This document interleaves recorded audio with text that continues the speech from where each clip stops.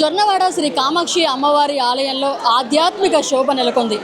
నెల్లూరు జిల్లా బుచ్చిరెడ్డిపాలెం మండలం జొన్నవాడలో వెలిసి ఉన్న శ్రీ మల్లికార్జున సమేత కామాక్షి తాయి అమ్మవారి వార్షిక బ్రహ్మోత్సవాల్లో భాగంగా ఈరోజు స్వామి అమ్మవార్లకి కళ్యాణ మహోత్సవం ఎంతో వైభవంగా జరిగింది.